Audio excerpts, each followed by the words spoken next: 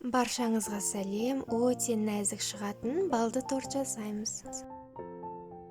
2 жұмыртқа мен қантты толықтай ерігенше араластырамыз.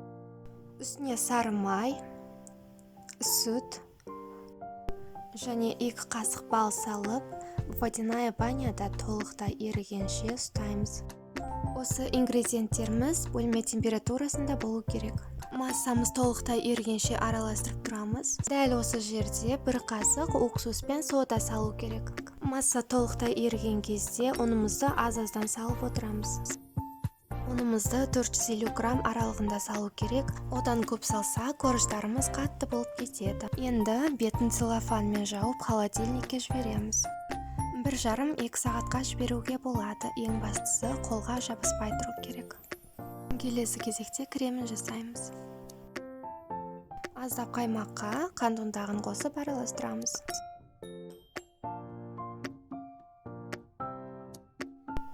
Дәміне қарай аздап сгущенка қосамыз.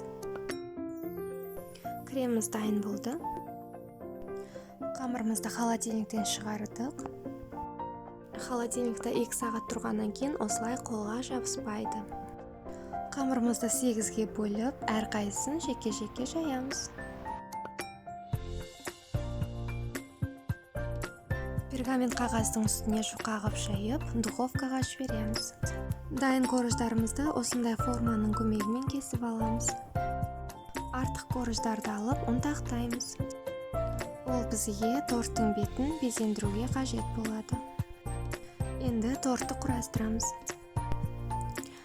Әр корждың бетіне кремімізді 3-4 қасықтан салып отырамыз.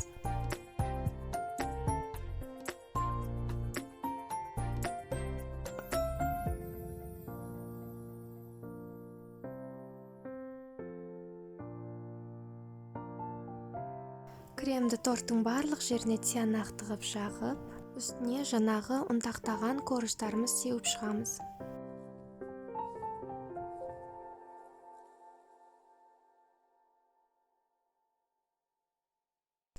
Ең нәзік балды тортымыз дайын болды, ас болсын.